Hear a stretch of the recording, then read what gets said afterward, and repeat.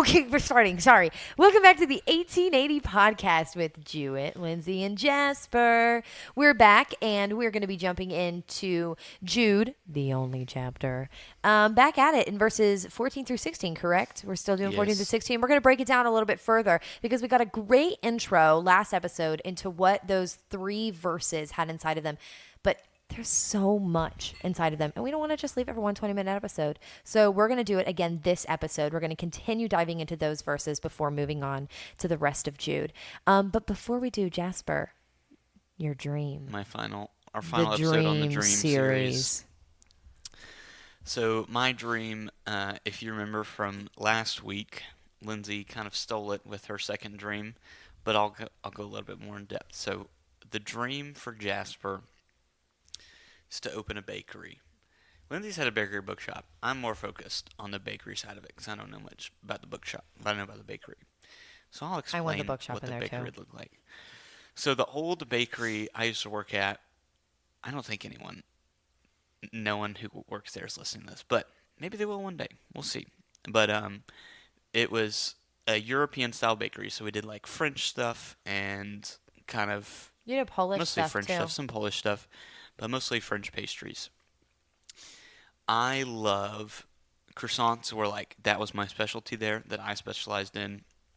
I did it most of the yeast breads, but croissants are kind of my main thing. So I would love to have a bakery that specializes in European croissants. I would not necessarily go the same route as them, as being like more just French. I would like to feature a bunch of different countries. Chiefly, I think Italy's pastries and baked goods are the best. And so I'd go a lot into those. That's a hot take. Are eclairs Italian? Eclairs are French. Oh. Do you like eclairs? I love eclairs. Yeah, Eclairs everybody are very loves good. eclairs. Eclairs are incredible. So yeah, there's a lot of things that have not crossover, but like France has a version, but then Italy has like it's basically like the good one versus the great value one. What are some examples of an Italian? Wait, can I give you my favorite? pastry? My favorite sure. Italian pastry? My favorite Italian pastry that might rank on my favorite dessert, definitely top 3, if not my favorite dessert of all time, and a cannoli. Yeah, cannolis are great. When we were in Boston and we had that basically 4-foot long cannoli. Okay, it wasn't, but like it was amazing. It just felt like eating a cloud of like cannoli. It was amazing. So yeah, croissants. Italy has a cornetti, and it's basically the same thing, or called a brioche sometimes as well, which is basically a less flaky version of a croissant. But cornettis are essentially the same thing. What are those things that you made? Sfogliatelle. Sfogliatelle. So Sfogliatelle. those are kind of a distinctly Italian thing, but those are so good. They're like, I don't know, they're super hard to make, and I never really made them that great. But you stretch out dough really thin, and you spread lard over it, like paper thin where you can see through it, and you roll it up. It ends up being like hundreds of layers, and then you push it out into like a triangle, and then you fill it with something, and you bake them, and they're crispy and delicious. But the specialty about the bakery that I would want like a classic like baking oven, and then I would want a wood-fired oven. Mm-hmm. And I'm super passionate. I love a good sandwich. Mm-hmm. So we would be a bakery. So we'd be like for breakfast, we'd have like breakfast pastries and stuff. Pastries. Sorry. Get off my back, Lindsay. Kick a man while you're down. Yeah, for real. You already stole my dream. Now you're making fun of me too. Sorry. But we'd have breakfast pastries and stuff, and then pastries. Again. And then we'd have sandwiches for lunch. We would have sandwiches from the bread we make, but also we would have pizza dough. So we would have the wood-fired oven for sandwiches, just like hot sandwiches, and you'd make them open face and put them in there, heat them up, melt the cheese and everything. Like Publix. Yeah, not really like Publix.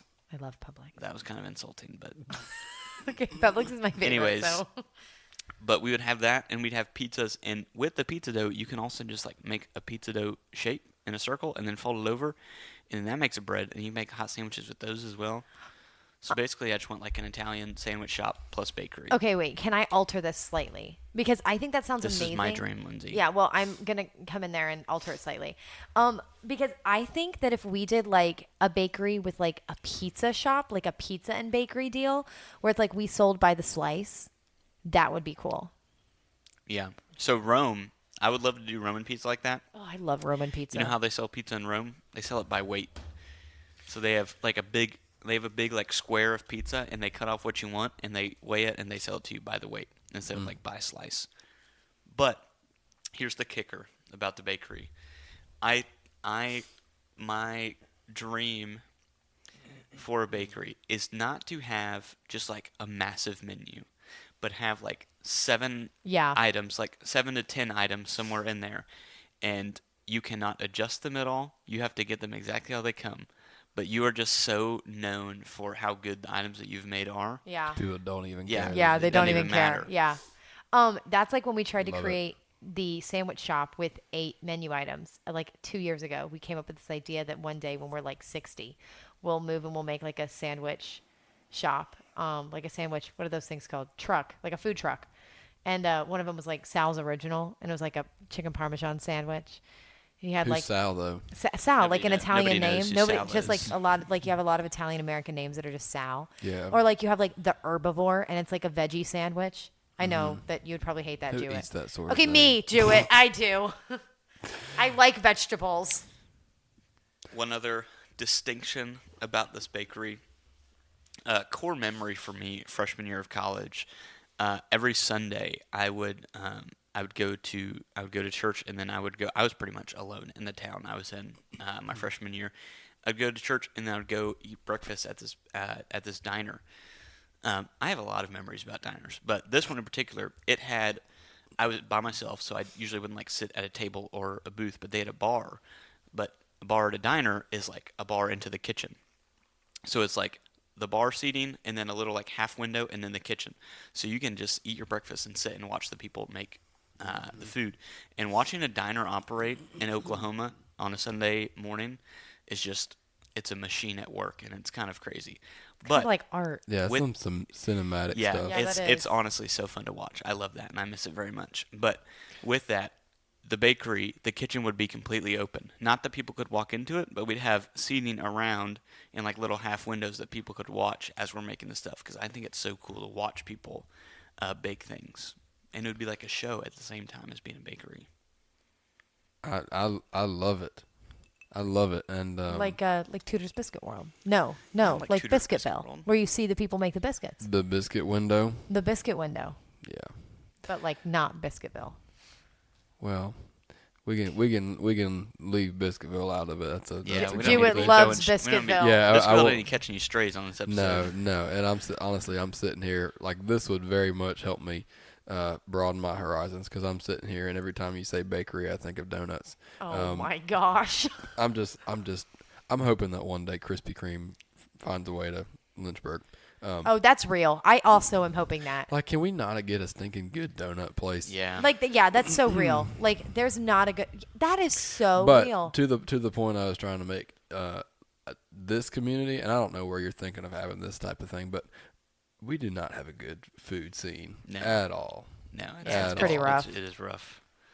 I was in the middle of it there for a while, and it still wasn't great. We tried to find like the best burger around Lynchburg for a solid year, and it was just The Cav, I think is what we landed on. yeah, because it was a $9. You could get for Exactly. $9, you could get a drink, 2 sides, a burger, and fries. Incredible.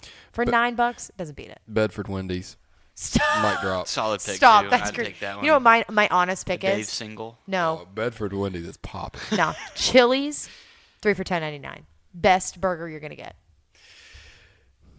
It is sad that we're sitting here talking about fast food burgers. Like that's the state that we're in as Yeah. far as Yeah.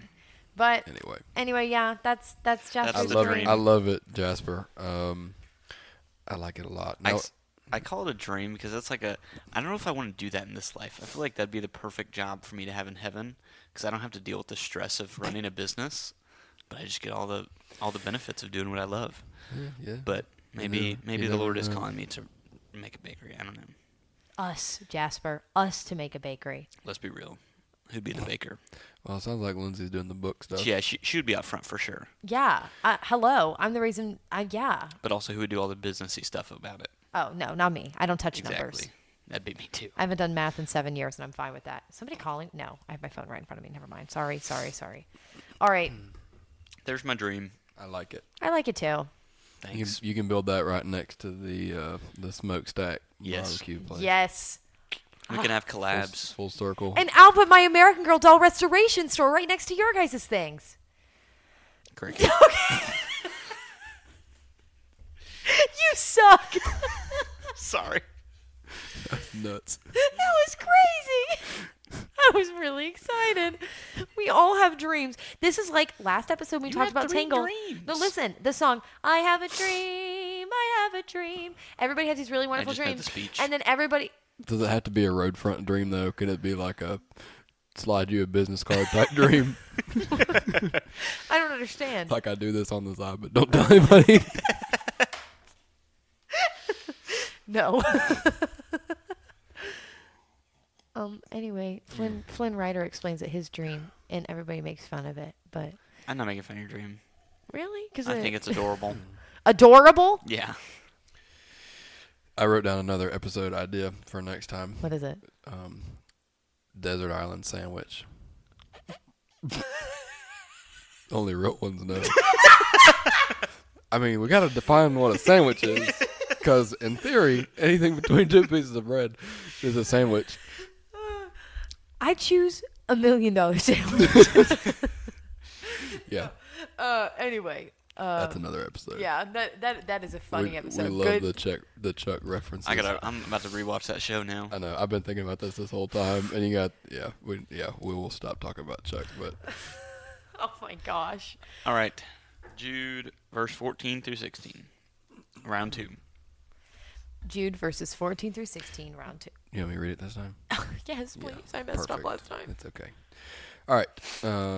Verse 14. It was also about these that Enoch, the seventh from Adam, prophesied, saying, Behold, the Lord comes with 10,000s of his holy ones, to execute judgment on all, and to convict all the ungodly of all their deeds of ungodliness that they have committed in such an ungodly way, and of all the harsh things that ungodly sinners have spoken against him.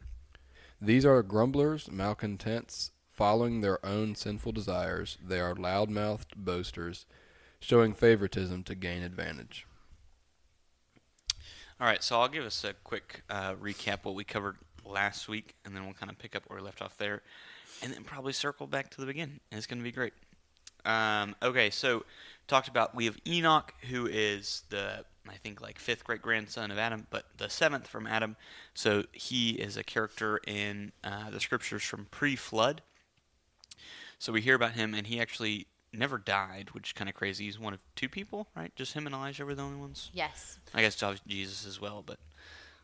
No, Jesus died. That's like the whole thing. Yeah, but then he was resurrected and didn't die again. But yes. Sorry. He so did just die. besides not counting Jesus, Enoch and Elisha are the only ones. So he prophesied that the Lord would bring judgment and vengeance upon the people who are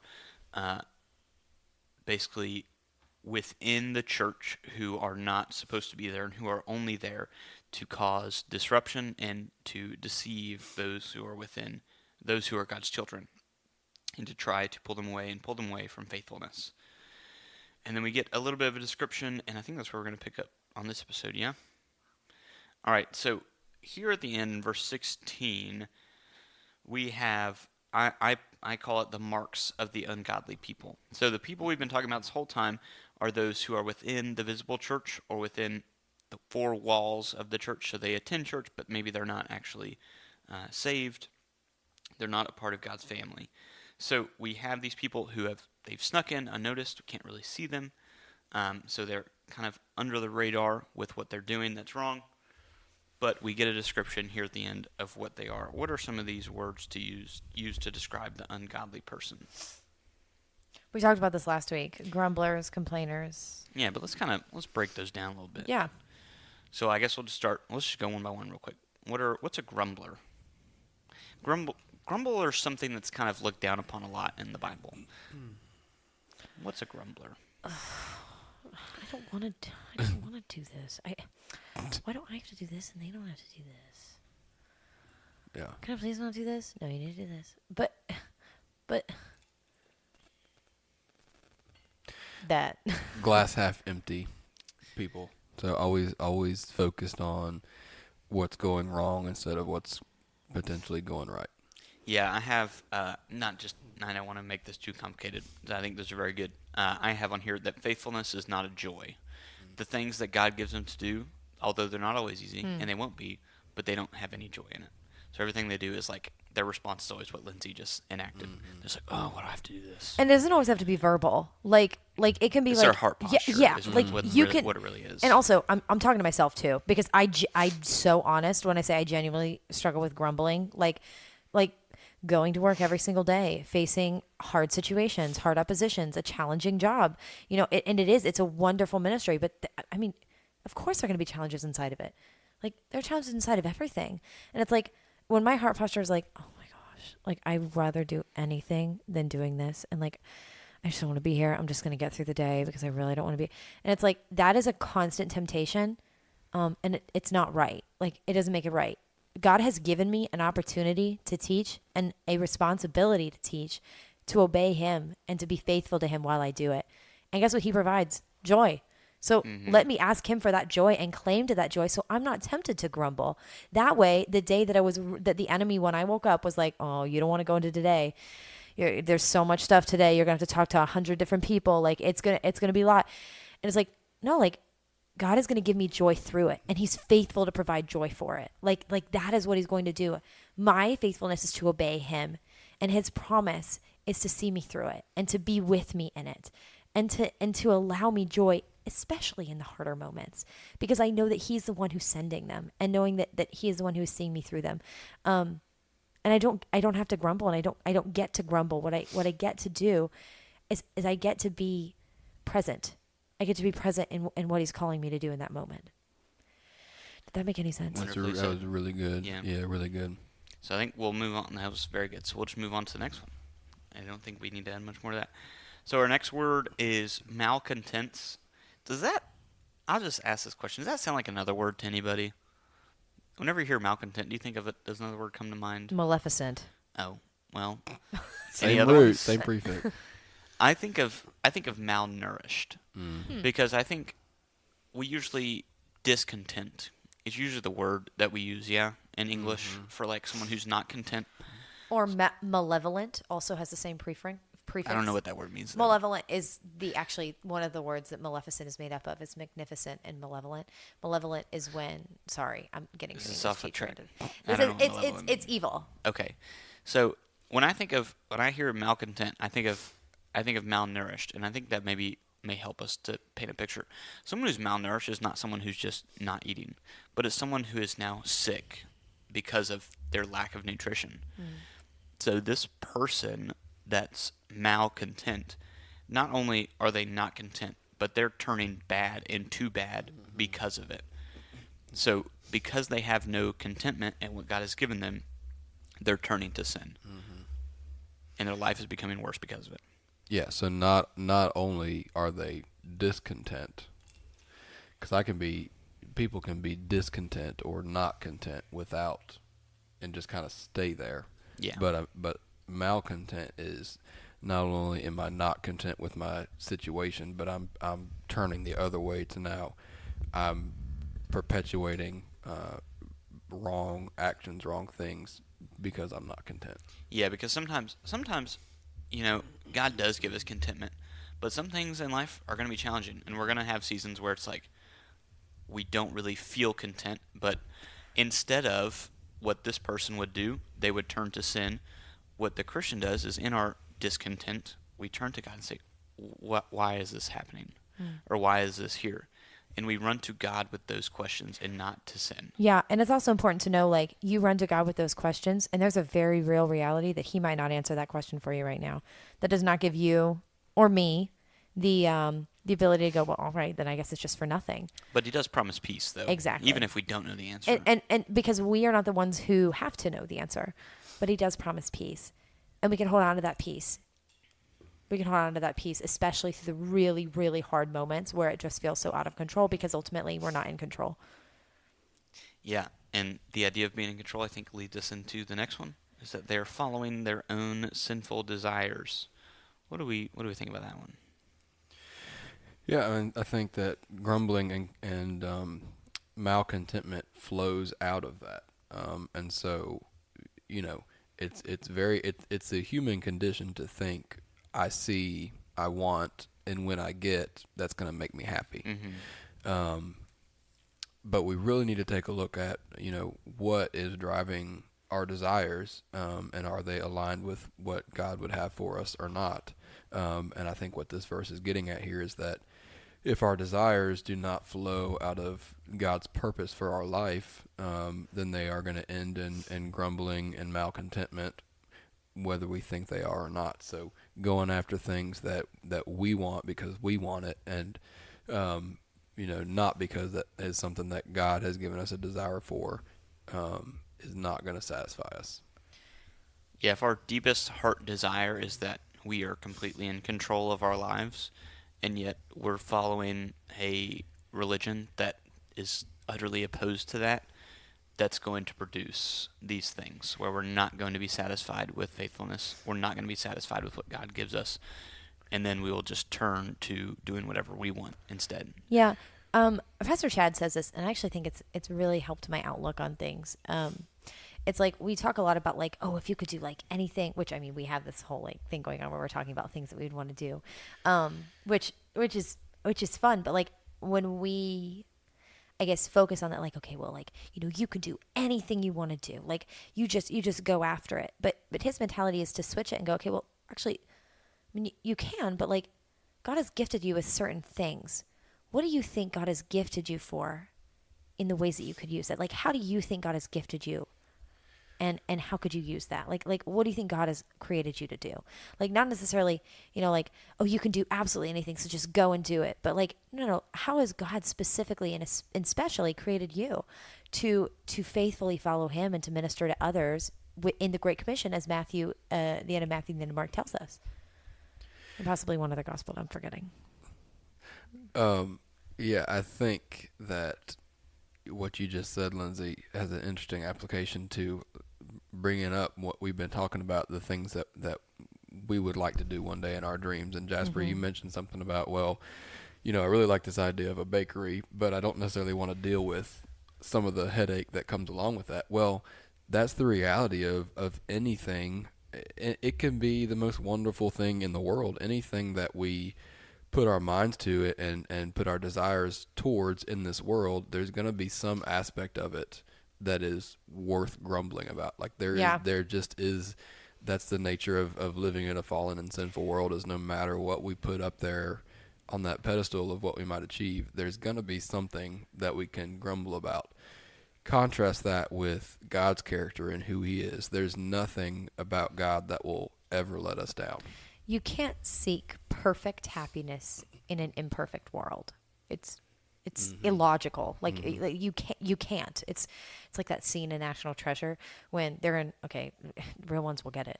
When they're in the Library of Congress and Ben Gates and Riley Poole are sitting down there, and Riley's like, "You don't get it, Ben. It's not that it." Oh wait, no, they're in front of the Lincoln Memorial. Just kidding. And they're like, "You don't get it, Ben. It's not that it shouldn't be done. No. It can't be done. Yeah. It can't be done." They're talking about stealing the Declaration of Independence, by the way. Great movie. But anyway, it's that idea where it's like, okay, it's not that you shouldn't pursue perfect happiness. You can't achieve perfect happiness. Like it cannot be achieved in an imperfect world. That is the reason you need a perfect God, because you cannot achieve perfection. Nobody can. That's a whole tie into the gospel right there, that Jude even, it's like a breadcrumb trail that Jude presents there, like a connect the dots. Yeah. All right. Our next one, I think, flows well. They are loudmouth boasters. Does anyone like someone who's just telling how great they are all the time? Not particularly, no. No, I don't know if many people who do, except for the person who's doing the boasting. Right? Okay, so these people, they stand on their own strength. They are saying that I'm the boss, I'm calling the shots, and they don't like the things that God's calling them to. So then they turn to their sin, and then they're proud of it. So it's kind of a fall down, but also these are all kind of going on at the same time, is that they are then proud of the choices they are making and proclaiming to others what they're doing is good. or they're even trying to convince themselves that they're proud of the decisions Yeah. that they're making. Like a lot of times, I feel like my experience in this area is, sometimes the people who are boasting the loudest and talking in that way are the ones that deep down don't have anything, supporting them, and that you come to the realization after pursuing something over and over again that does not bring you ultimate commitment. You eventually come to the realization that, like, man, this is not going to do it for me. And I think sometimes that can come out in verbalizing things that that come out in this way that are just kind of a way of trying to convince yourself that you are content when you're really not. Yeah, and then they move on. I think that's well said. So our last one, I think, is the direct product of that. They have nothing within themselves, so that when they have nothing within themselves, it says in Jude that they show favoritism to gain advantage. So they're showing favoritism to people in the world so that they may benefit from it. They're not doing it out of love. They are doing it out of self-gain, because they know, a part of them knows there's nothing within them, and they want to do anything they can to gain it, except turn to the Lord in repentance of their sin. And looking at this and reading this, and there are, I think we talked in previous episodes about, not necessarily wanting to associate ourselves with these type of people. But at the same time, you should read this description, and your heart in some ways should break for the people who are living this way, because they're just operating off of something that's not true. Yeah. And so I guess maybe our encouragement for those who are faithfully following Christ is, when you see these sorts of things, these people do not need to be your best friends in the world, but they do need to hear truth. And that truth that God provides us can cut through this fog sometimes, and the Holy Spirit can allow that to bring people to a realization of who He is. Yeah, whenever we look to this, as we kind of close this set of verses, these people are not all people who are doing this. These are specifically marked people who are claiming Christianity boldly at the same time as doing these things. This is a completely different thing, but 1 Corinthians 5 really talks on this, that whenever people are doing these things and are living in sin at the same time as proclaiming Christ, those are the people we need to stay away from, because that's a really recipe for disaster, and a lot of danger lives in those people that are proclaiming Christ and also living in great sin. But kind of like what Jude was saying, our encouragement and our confidence in this, I think, circles back to the fact that Enoch, even before the flood, is prophesying that God will judge these things, and these things will not go unnoticed by God. So we are in a church, and we are a people chosen by God before the foundations of the world, before the flood. God has chosen us, and God knew these things would happen. So we can look around the church and be discouraged sometimes when we see people who are not doing what they're supposed to and are living sinfully. But we can have encouragement that Jesus will reign victorious. He will have victory over his enemies, and these are the worst of his enemies, those who are trying to take away from his people and trying to deceive them into false lies and into a false life. So we can have trust that God will be victorious, because he knew this was going to happen even before anything, and this is part of his plan. It's not beautiful. It is beautiful, but it's not the most glorious and encouraging part of his plan. But the fact that he knew it was coming and already planned for it long, long ago, that should give us great encouragement. Yeah, for sure. Well, thank you guys. As always, if you have any questions, at North Bedford Baptist Youth. Youth at North Bedford Baptist. Youth at North Bedford Baptist. .org. We will see you next week. So long.